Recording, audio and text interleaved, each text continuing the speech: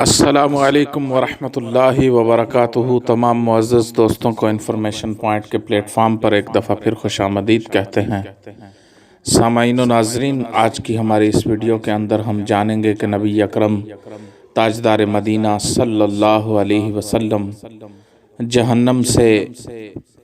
جہنم کی آگ سے کس طرح پناہ مانگتے تھے، اور آپ صلی اللہ علیہ وسلم نے اس بارے میں کیا ارشاد فرمایا ہے۔ سنن ترمذی کے اندر حدیث پاک مروی ہے، جسے سیدنا انس بن مالک رضی اللہ تعالی عنہ خادم رسول نے روایت کیا ہے۔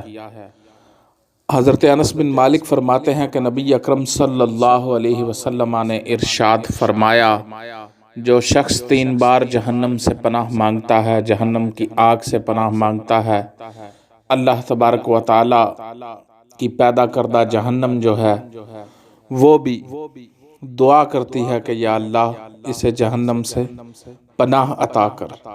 تو نبی اکرم صلی اللہ علیہ وسلم اس طرح جہنم سے پناہ مانگتے تھے۔ آئیے ہم بھی پڑھ لیں، اللہم اجرنی من النار، اللہم اجرنی من النار، اللہم اجرنی من النار۔